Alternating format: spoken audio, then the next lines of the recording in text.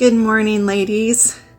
I'm recording this on Good Friday, the day we remember Jesus dying on the cross, taking our place, receiving to himself the penalty for our sin, death. In Mark 15:33 it says, "At noon, darkness came over the whole land until 3 p.m.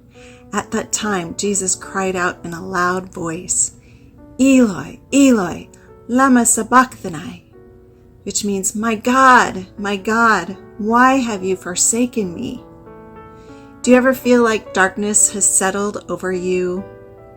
That dark clouds have blocked your view of God, created uncertainty, confused your direction, or limited your vision?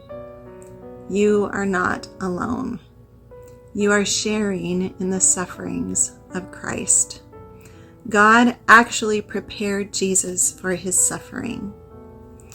In Luke chapter 9, verses 28 through 35, it says that Jesus took Peter, John, and James with him and went up onto a mountain to pray. As he was praying, the appearance of his face changed, and his clothes became as bright as a flash of lightning. 2 men, Moses and Elijah, appeared in glorious splendor, talking with Jesus. They spoke about his departure, which he was about to bring to fulfillment at Jerusalem. Peter and his companions were very sleepy, but when they became fully awake, they saw his glory and the 2 men standing with him. As the men were leaving Jesus, Peter said to him, "Master, it is good for us to be here. Let us put up 3 shelters, one for you, one for Moses, and one for Elijah." He did not know what he was saying. While he was speaking, a cloud appeared and covered them, and they were afraid as they entered the cloud. A voice came from the cloud saying, "This is my son whom I have chosen. Listen to him." There's a bit of a rebuke there. But that cloud that came over them, that cloud from God, we might be experiencing dark clouds in our lives, but the good news is that Exodus, Numbers, the Gospels, Revelation, they all tell us that God resides in the clouds. He led the Israelites in a cloud. He covered the tabernacle in a cloud. He overshadowed Jesus in a cloud. And the Son of Man, Jesus, will come in a cloud with power and glory. Jesus suffered separation from God so that we might be reconciled to God. This is the amazing mystery of salvation. But know that you are not alone when clouds, those dark clouds, descend upon you. Jesus said in John 16:27, "The Father himself loves you because you have loved me and have believed that I came from God." The Father himself loves you.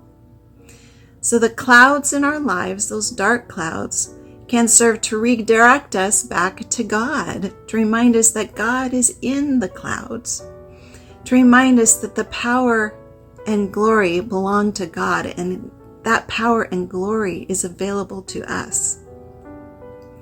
It reminds us that God's presence and guidance is in our lives. He is there for us.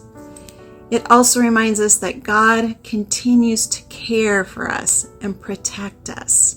And that's where we need to set our vision. That's where we need to set our mind, is on the provision of our God in the clouds.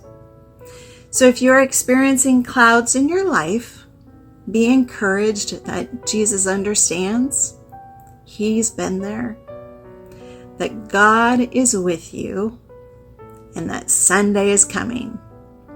Jesus said in John 16:33, "In this world you will have trouble, but take heart. I have overcome the world." So keep looking to Jesus, the author and finisher of your faith. Don't give up. Don't doubt. trust, believe in his promises, and obey. Receive the counsel of the Holy Spirit, and he will raise you above the clouds where you can see the sun. So I hope this is an encouraging word to you today, and I will see you all on Sunday when we will celebrate our risen Lord.